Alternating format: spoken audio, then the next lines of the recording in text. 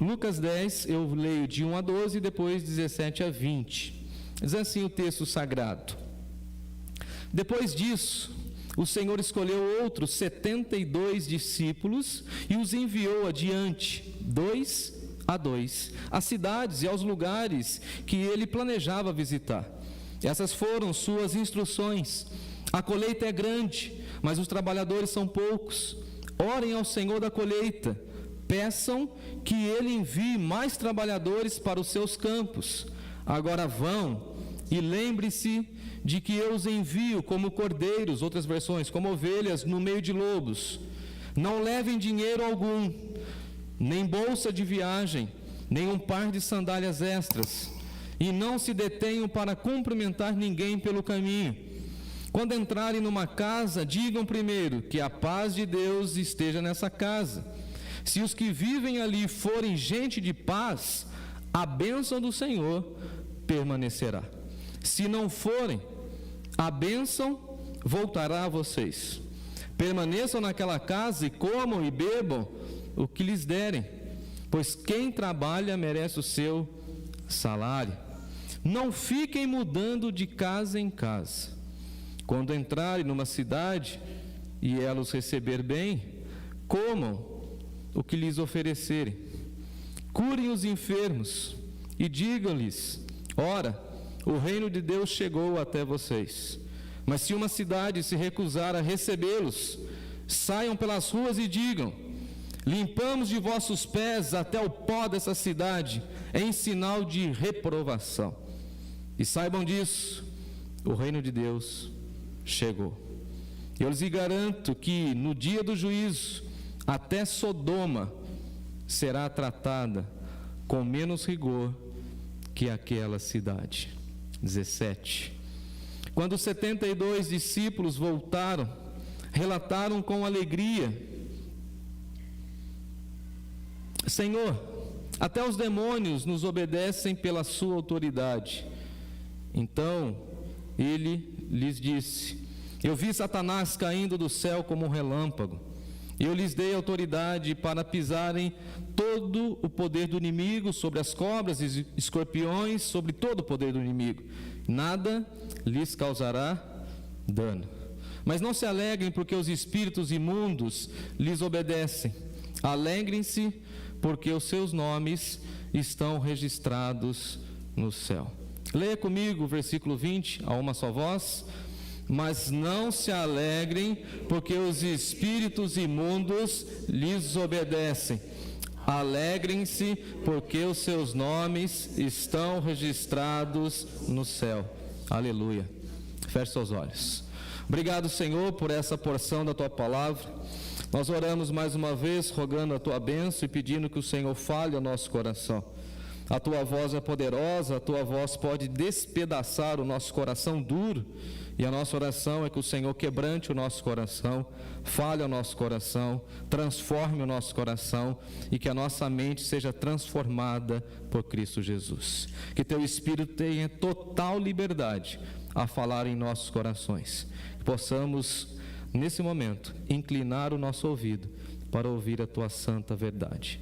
Sê conosco, Pai, sê com a minha vida. Tenha misericórdia de mim e daqueles que me ouvem. Em nome de Jesus. Amém. Pode tomar seu assento, assentai-vos.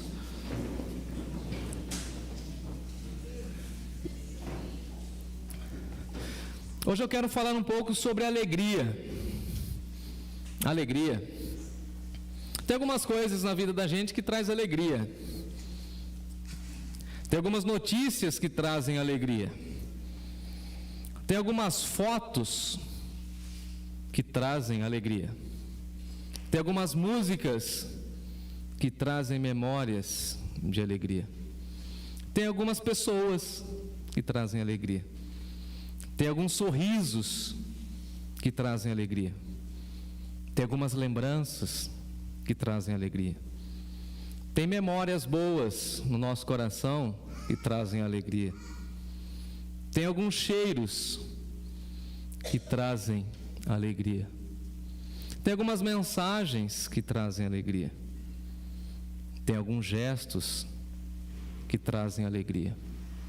Agora, A maior alegria é ter o nome escrito no livro da vida, no livro dos céus, e a gente vai caminhar dentro dessa direção.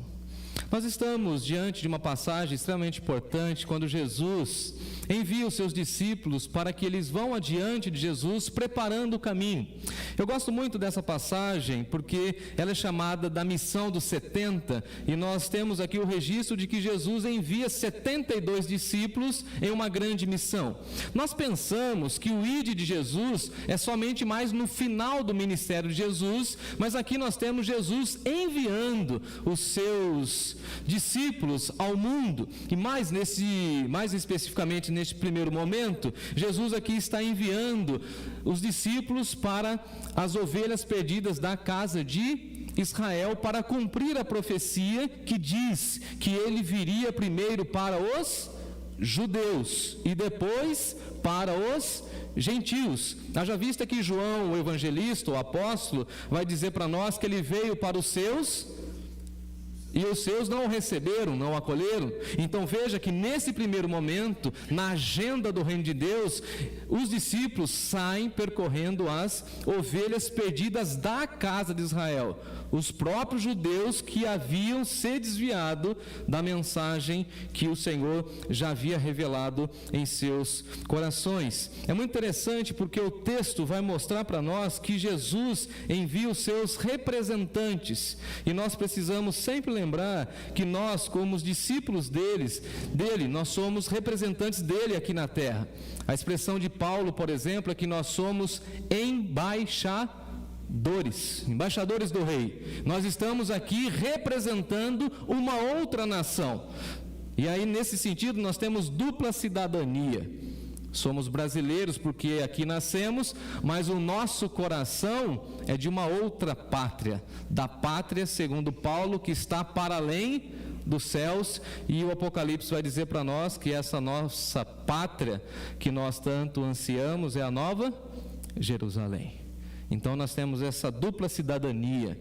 Então, meu amado irmão, minha amada irmã, durante a semana e durante a sua jornada, pense nisso, viva como representante. Afinal de contas, ele também nos enviou para cuidar e evangelizar todas as pessoas. Dá uma olhadinha comigo aí no verso 1, que o texto diz que Jesus escolheu 72 discípulos e os enviou adiante deles. Ele enviou para as cidades e para os vilarejos. E é muito interessante porque ele envia de 2 em 2.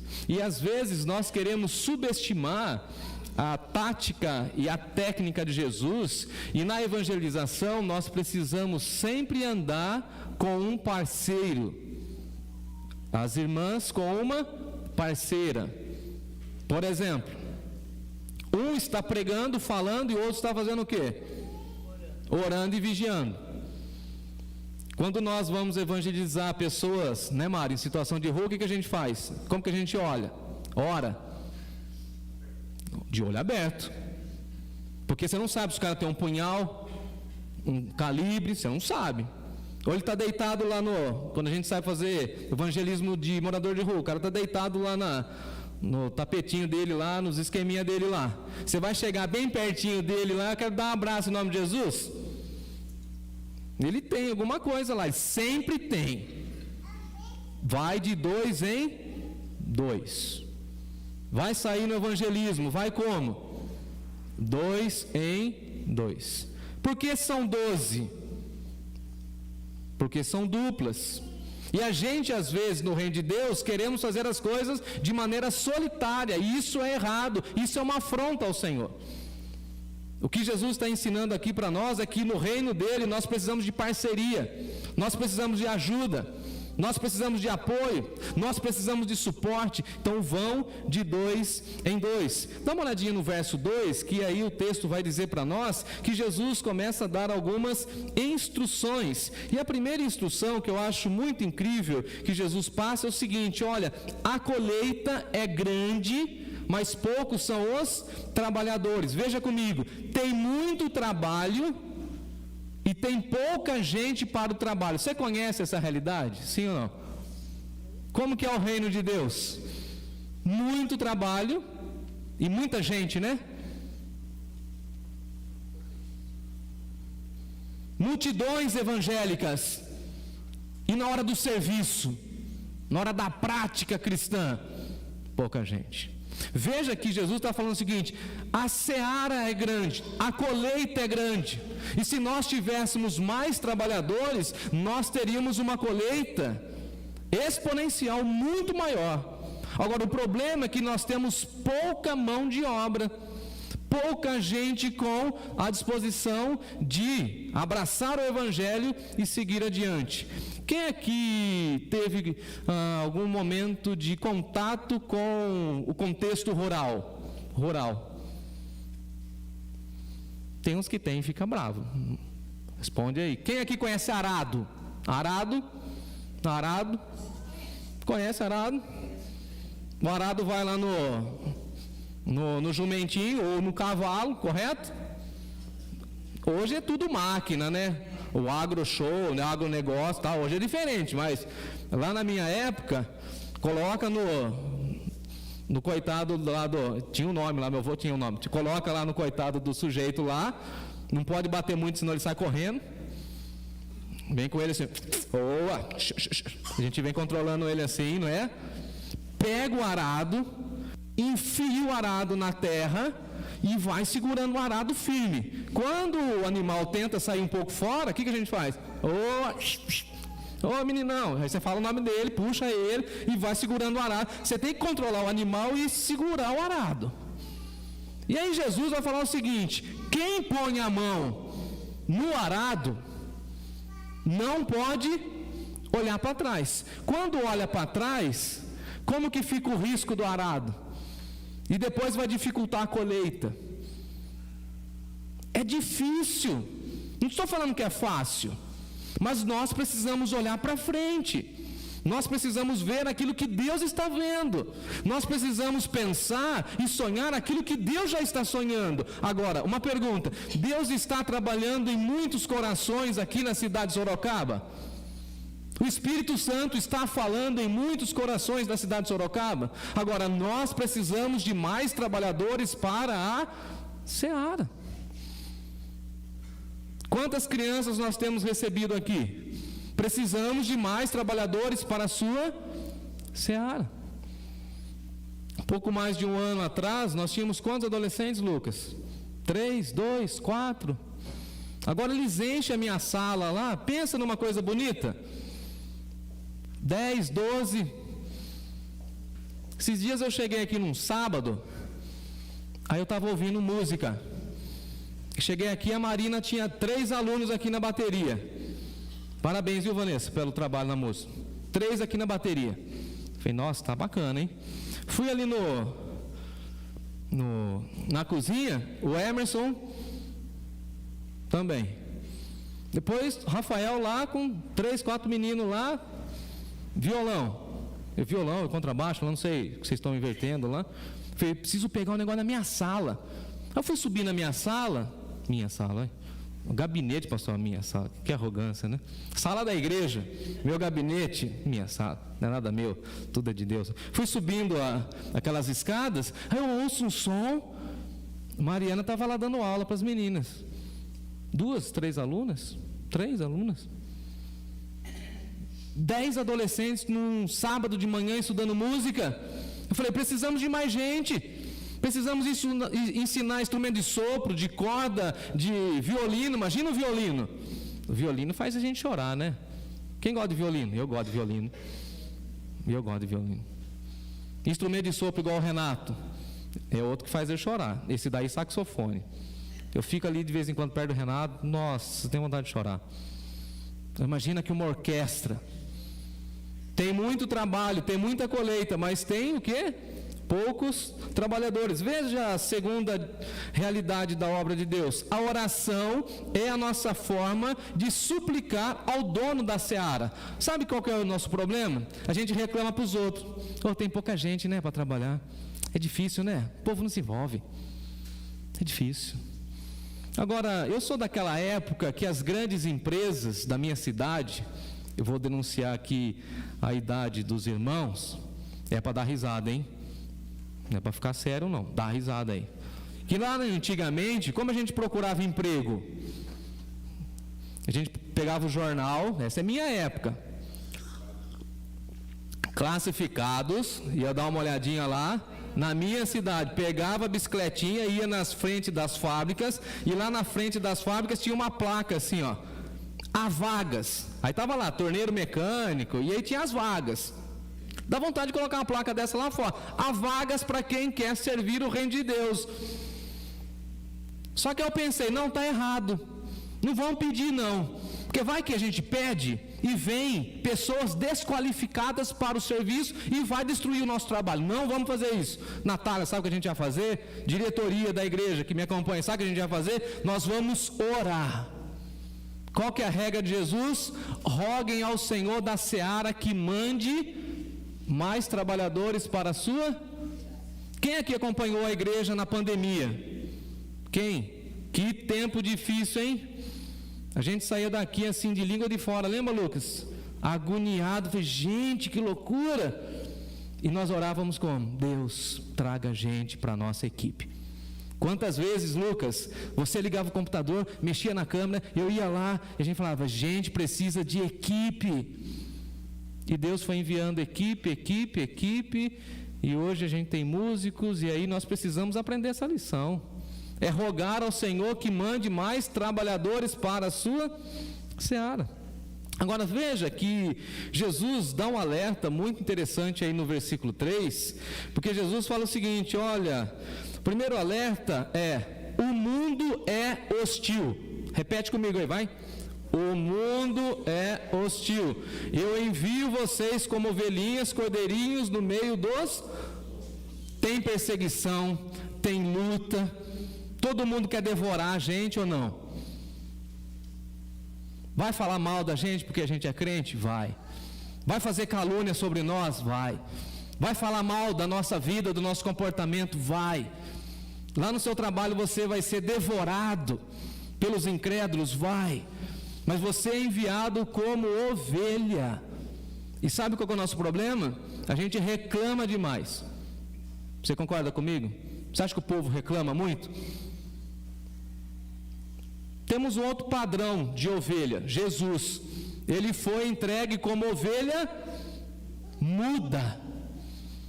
Você foi enviado para o seu trabalho, para o seu contexto da universidade, aonde você mora, na sua família, fique calado, porque o mundo é hostil. Os lobos não terão dó de nós, eles querem morder, eles querem matar a nossa vida. Agora é interessante que o segundo alerta de Jesus é o seguinte: dependam exclusivamente de Deus. Repete comigo aí: dependa exclusivamente de Deus. Quando você vai fazer uma viagem, primeira coisa que você quer fazer é fazer aquela mala grande. Sim ou não? Quem aqui já levou coisa na mala que não usou? Levanta a mão aí, pecadores. Você passa vergonha, aquele tamanho de mala, leva um monte de roupa, chega na praia, só usa 2 roupas. Quem vai para o litoral, é que agora está frio, né? Você vai para o litoral, é 2 camisetas, 2 shorts, troca o biquíni, sunga, essas coisas aí, mais nada. A Natália falou assim, mas você vai de tênis? Tênis na praia combina? É chinelo, minha filha. Chinelão. Você não vai levar nada? Nada. Não precisa. Põe na minha mochilinha e vamos embora. Mas a nossa tendência é guardar, levar coisa em excesso. Sim ou não? Quando eu ia para as convenções, que eu era jovem, eu levava 2 ternos, 5 camisas, mandava lavar a camisa voltava tudo amassada, tinha que mandar lavar de novo, e não usava. Estava frio, uso uma gravata cada dia, está tudo certo, põe um blazer. Para que levar um monte de coisa? Agora Jesus está falando o seguinte para eles: por que vocês querem levar muita coisa? Porque o padrão da época é o seguinte: você vai fazer uma viagem longa, leve 2 ou 2 pares de sandália. Se fosse para nós hoje, né, Jesus ia falar o seguinte: leve 2 pares de havaiana. Lembrando aqui que essa sandália aqui é aquela sandália de couro. Não preciso falar muita coisa, né? Que quando você tira, lembra? Você andou com ela o dia inteiro. É aquela lá, hein? Terra poeirenta lá, cidade poeirenta, aquela coisa.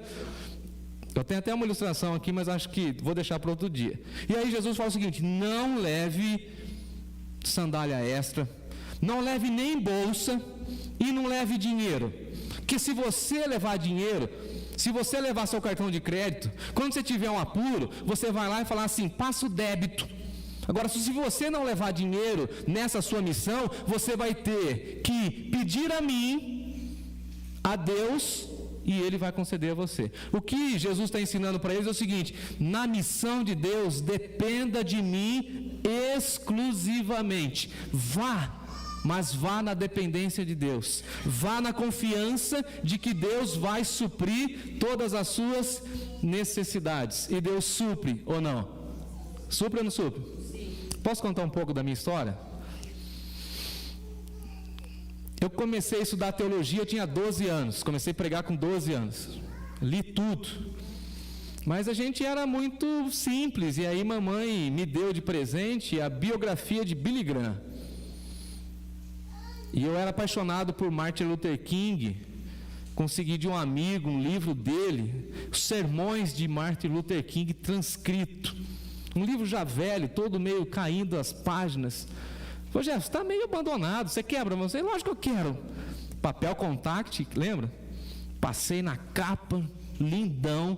Depois eu consegui chegar em Campinas e comprar um livro do John Stott.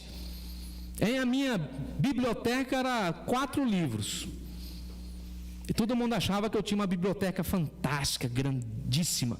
Não tinha nada. Minha mãe trabalhava na Unesp, na biblioteca da Unesp. Eu não tinha onde ficar, onde que eu ia? Eu ia com a mamãe trabalhar e ficava sentado estudando, dentro da universidade, dentro da Unesp. Guardando tudo na onde? Por isso que eu tenho vocabulário, porque eu estudava dicionário naquela época. Minha mãe depois ficava tomando nota de expressões do português. Brincadeira, hein, mamãe?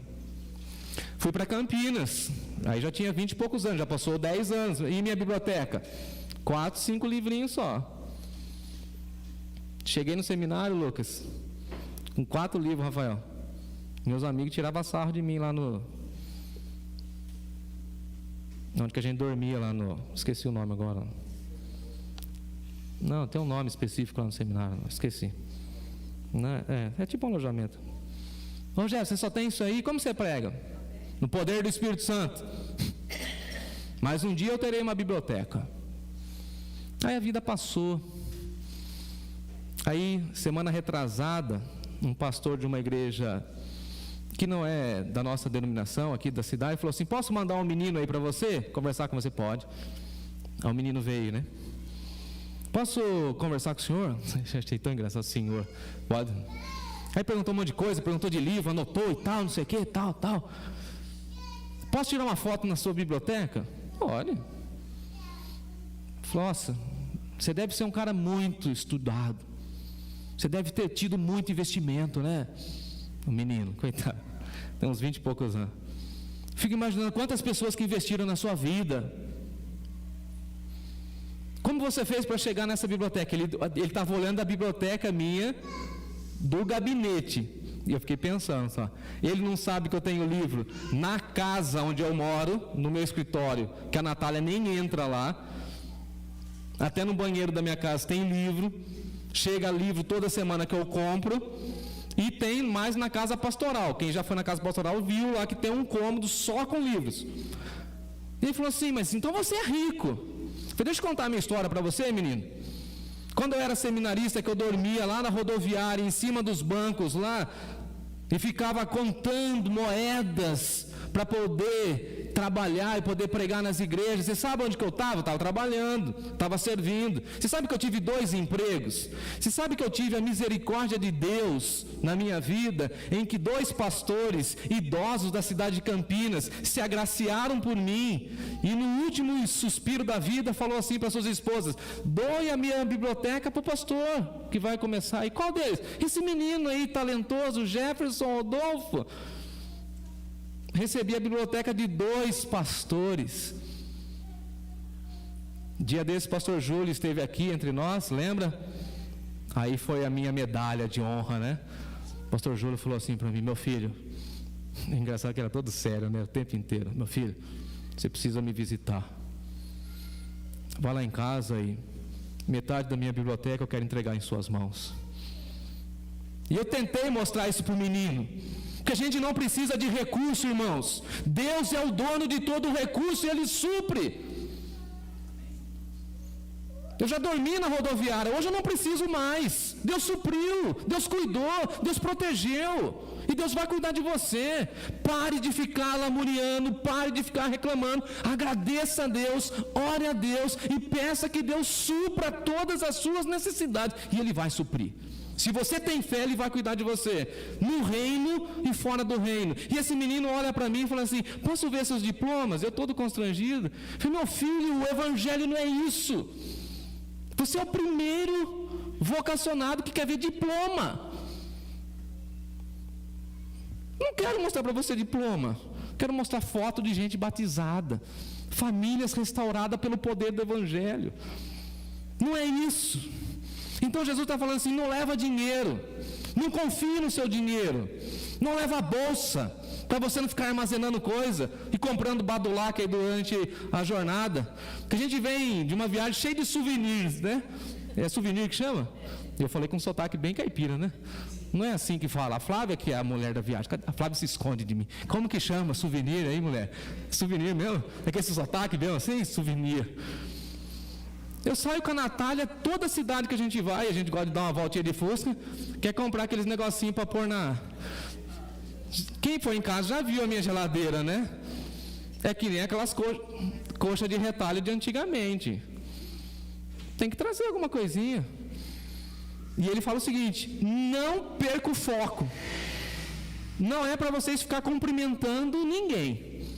Sabe o que eu aprendo aqui? Tem muita gente que quer fazer a obra de Deus e fica gastando tempo falando, sabe do quê? Futebol, carro, política. Não perca o foco. Se você está na missão e vem alguém falando coisa que não tem nada a ver com a missão, ô meu amigão, Deus abençoe, mas eu tenho mais que fazer, desculpa, viu? Não vou ficar jogando pérolas aos... Você quer ficar falando só de política? O meu tempo é para falar do reino de Deus. Então, tchau. Ô, Jeff, você não tem tempo para a gente ficar conversando sobre futebol. Já gostei muito, já amei muito, mas hoje eu preciso remir meu tempo, porque a vida está encurtando. Tchau. Até porque meu time também, então... não vai para frente nem para trás. Bom, diz aí o texto no versículo 5 que a gente precisa ir para as casas. Naquele tempo, tem o templo de Jerusalém e tem a sinagoga. E Jesus envia os seus discípulos para as casas. E fala o seguinte: olha, vão para as casas. A segunda orientação, levem a mensagem de paz. Porque as casas, ou melhor, as famílias, ou muitas famílias não têm paz. E aí nós chegamos nas casas e falamos assim: paz seja nessa casa. E se ali houver filhos da paz, a nossa paz fica naquela casa. E quando não há ali filhos da paz, a paz volta para nós. Às vezes a gente toma a porta na cara. No hospital acontece muito isso comigo.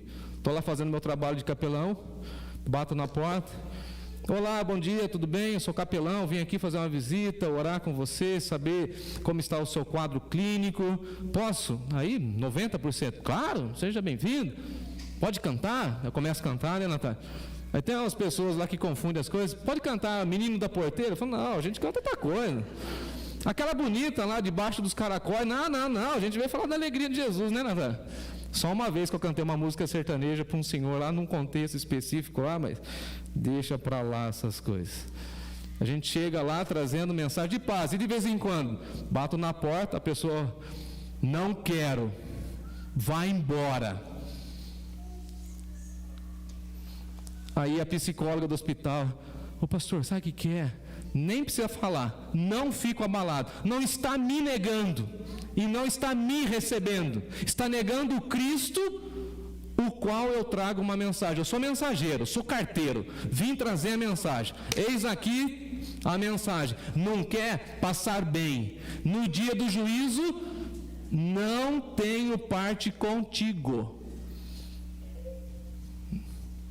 Agora, a terceira orientação de Jesus é o seguinte: permaneça na casa, coma o que tem na casa e não fica pedindo as coisas que não tem na casa. Uma briga nossa com o Timóteo. Ele vai numas casas bacanas e ele come uns negócios diferentes. Depois ele sai pedindo para todo mundo. Falei, meu filho, quando você vai na casa de alguém, você come o que tem lá, não pede nada. Ele foi numa casa X que só ofereceram água de coco. Eu não sei quanto que ele pensa que custa água de coco. Agora ele só quer tomar água de coco geladinha. Toda hora tem água lá no pote. Você vai na casa dos outros e pede água de coco, peço. Aí falou lá, meu avô saiu de bicicleta no frio para buscar água de coco. Não faça isso. Você chegou lá, come, bebe o que tem naquela casa. E não é para ficar mudando de casa em casa. Sabe por quê? Porque você tem que criar relacionamento. Nós fomos na casa da Adriana e voltaremos lá para criar relacionamento. Não foi só uma passagem. Não pode ser. Fomos na casa do Rafael, teremos que voltar lá. Para a gente criar relacionamento, convivência. Olha para mim, Edna. Voltaremos na sua casa com um grupo de homens. Para trazer aquela alegria que foi lá. Temos que voltar. E se eu não citei sua casa, é porque você precisa abrir sua casa. Tem outras casas que nós visitamos também. A irmã Irani fala o seguinte: depois que a igreja passou aqui, muita paz. O que o Cordeiro falou para mim hoje? Que a sua mãe dormiu bem naquele dia que nós fomos visitá-la, em nome de Jesus. Porque nós fomos de quê? Na missão da paz, deixamos a paz, oramos com ela e reafirmamos que a nossa fé está firmada em Jesus. Agora, se não receber a gente, o que a gente faz? Bate o pó e sem mimimi, tá, gente? Ai, não me receberam. Bateram a porta na minha cara. Soltaram o cachorro para cima de mim. Eu já fui mordido, gente. Quase fui esfaqueado várias vezes. Vamos para frente. História é essa de ficar, rejeitaram minha mensagem, me bloquearam no WhatsApp. Cresça, criatura, cresça. Se ninguém receber, fique em paz, porque até a cidade que não receber você, vai receber juízo de... Agora, bem-aventurados aqueles que receberem bem os cristãos e derem até um copo de água fria, fresca. Valorize também isso. Agora, eles saem nessa missão, e a missão de Jesus é o seguinte para eles: olha, vocês vão levar essa mensagem, vocês vão curar as pessoas, versículo 9, dá uma olhadinha aí. Curem os enfermos. É só para curar? Qual que é o ministério deles? Cura. Qual que é o ministério deles? Levar a cura. Cura e prega a palavra. O reino de Deus está chegando, o reino de Deus está perto. Cura a enfermidade, mas principalmente cura o quê? A alma. O reino de Deus está chegando. E eles saem para a missão. Versículo 17. Eles voltam para o relatório. Quando os 72 discípulos voltaram, eles relataram com alegria. Como eles estavam? Como eles estavam? Com alegria. Era uma alegria legítima? Repita comigo. Não, não é legítima. Nem um pouco. É legítima a alegria deles? Não. Tem algumas alegrias nossas que também não são legítimas. Ah, eu estou alegre porque... Um exemplo, vou dar um exemplo. Eu estou alegre porque eu recebi aumento de salário. É legítimo. Agora, eu perguntaria assim: para que tanta alegria assim? Por que tanta alegria assim? Diante de uma bênção de Deus, você tem a mesma empolgação? Meu time ganhou, pastor, eu estou muito alegre. Verdade, eu queria que você tivesse essa alegria no culto, meu irmão. Fervoroso. Porque assistir o time do futebol, você fica 2h30 lá, sentado. Você nem vai no banheiro na hora do intervalo, porque você quer ver os lances do seu time. Mas para o reino de Deus, a gente não tem tanta empolgação assim. Para as outras coisas, a gente põe a mão no bolso e investe. No reino de Deus, a gente... Gostoso mesmo é ver as crianças no gasofilácio, hein? Hoje eu fiquei de lado ali. Você viu como que elas vêm? Tinha que ter uma câmera aqui, eu acho, só filmando o rosto de quem vem. Eu queria ser que nem Jesus. Não veio com alegria, pega o envelope e volta para trás. Imagina? Volta para trás. Tem que entregar com alegria. Eles estão alegres porque os demônios se submeteram a eles. Agora, os demônios se submeteram a eles pela autoridade deles, pela espiritualidade deles, pela autoridade de Jesus. Agora a pergunta: Jesus mandou eles expulsar demônio?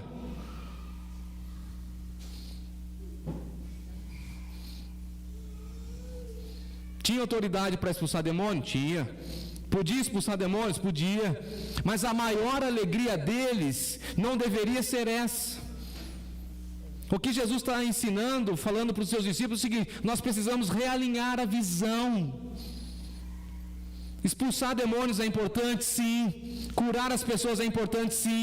Mas a coisa mais importante é ser chamado filho e filha de Deus. Esse é o grande privilégio. Louvado seja Deus. É ter o nome inscrito no livro da vida.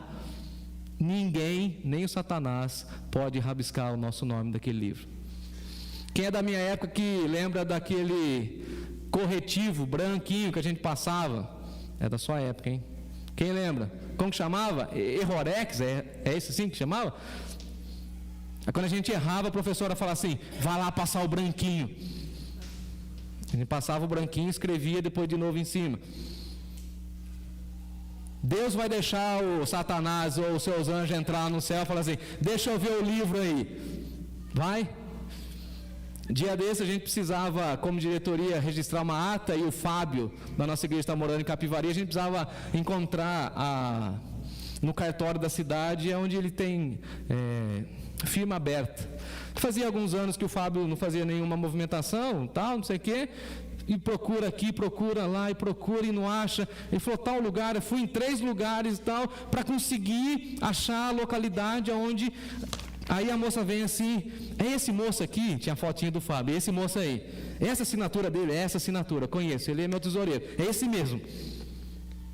Ela falou assim: então, eu vou fazer a assinatura e vou autenticar o documento. Eu falei: legal, deixa eu fazer uma pergunta, a senhora trabalha aqui no cartório, isso aqui fica guardado aonde? Ela falou: isso aqui fica guardado num cofre, 7 chaves, isso aqui ninguém tem acesso.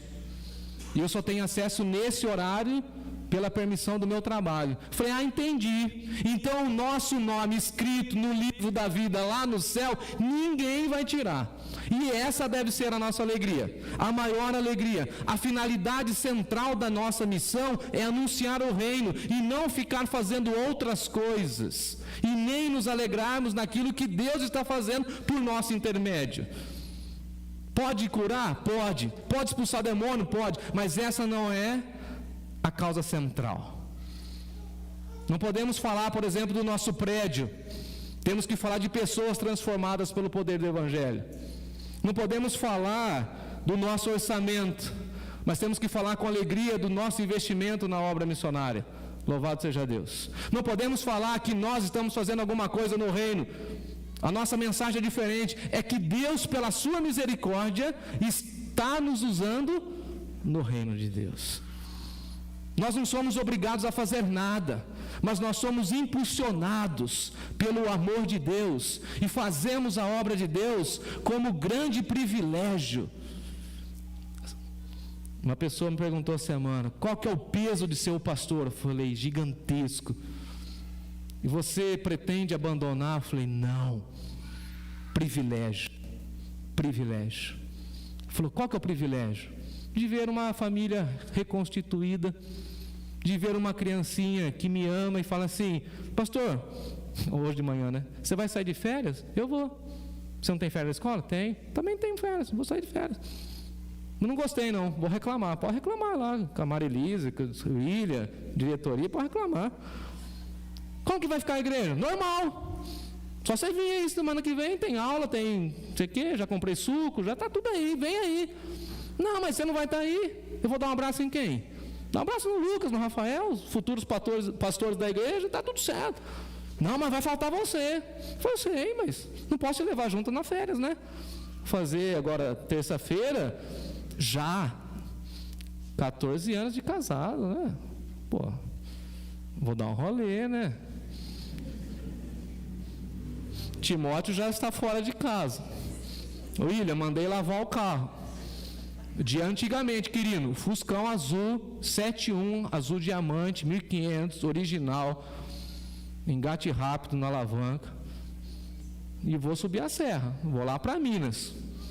Não posso comer pão de queijo, mas vou tirar foto e vocês vão ver no status. Eu falar, só não vou falar para onde que eu vou, tá? Mas vocês vão ver lá.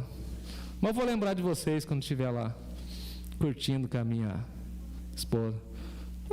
Falei pro menino, que história é essa, cara? Quer que eu tire férias? Não. Não dá para imaginar a igreja sem o Senhor. Vai acostumando. É só 15 dias. Qual que é a sua alegria?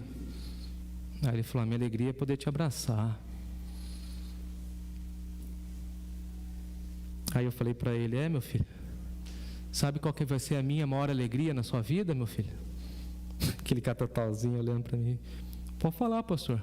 O dia que o seu nome for escrito lá no livro da vida. Como que eu faço, pastor? Eu vou pregar isso à noite. Você precisa se render a Jesus. Aí aquele catatalzinho dobra o joelhinho e fala assim, eu aceito. Aí eu lembro daquele hino assim, ó. Quando se fizer chamada, lá estarei. O meu nome está lá. O seu está lá. Você vai ouvir a chamada. Aí tem outra canção que diz assim, vivo, feliz, pois sou de Jesus e já desfruto o gozo da luz.